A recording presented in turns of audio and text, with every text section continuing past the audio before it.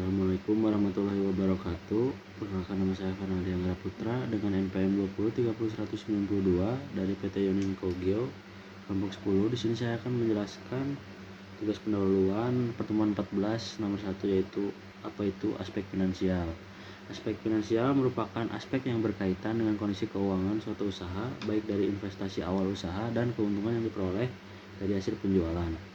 Aspek finansial bersifat kuantitatif dan digunakan untuk menganalisa dana yang dibutuhkan dalam menjalankan suatu usaha. Sekian dari saya. Wassalamualaikum warahmatullahi wabarakatuh. Assalamualaikum warahmatullahi wabarakatuh. Perkenalkan, nama saya Muhammad dengan NLP 2030 mana akan menjelaskan tentang tujuan, manfaat, dan kegunaan finansial.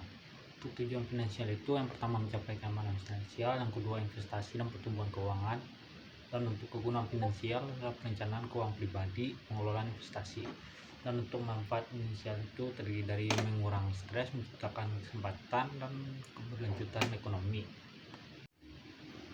Untuk input pada aspek finansial itu yang pertama pendapatan yang berupa gaji atau penghasilan bisnis, yang kedua pendapatan investasi, dan yang selanjutnya pengeluaran itu biaya hidup sehari-hari, pembiayaan pinjaman dan utang, dan pengeluaran poin non rutin seperti liburan. Yang ketiga tujuan itu pembelian properti, pendidikan anak, dan pensiunan yang nyaman. Yang keempat toleransi risiko dan profil investasi yaitu mencakup tentang seberapa besar risiko yang dapat diterima dalam investasi.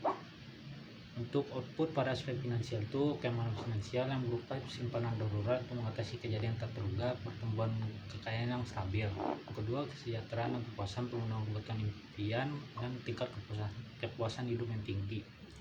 Yang ketiga pensiun dan persiapan masa depan, portofolio investasi yang mencukupi kebutuhan untuk pensiun. Yang keempat adalah keberlanjutan dan pengaruh ekonomi, kontribusi terhadap pertumbuhan ekonomi melalui investasi dan konsumsi.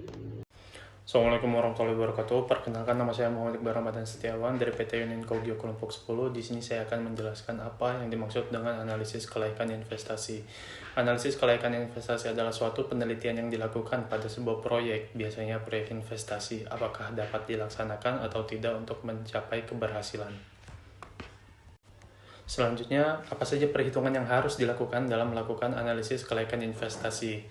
Yang pertama itu ada nilai bersih atau net present value, kemudian ada rasio profitabilitas, lalu kemudian ada pengembalian modal investasi atau return on investment, yang keempat ada internal rate of return, dan yang terakhir adalah analisis risiko.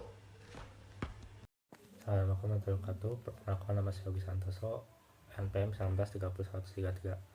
Ini saya akan menjawab pertanyaan nomor 6, yaitu bagaimana caranya kita bisa melihat perusahaan itu layak atau tidak. Jawabannya menurut saya, kalau mau menilai perusahaan layak atau tidak, kita bisa lihat dari arus kas atau cash flow-nya. Apabila arus kas itu berjalan positif, maka perusahaan itu layak. Contoh misal ada namanya free cash flow, yang dimana situ perusahaan bisa dengan mudah mengatur kas, modal, dan laba rugi dari setiap pengeluaran atau pemasukan perusahaan.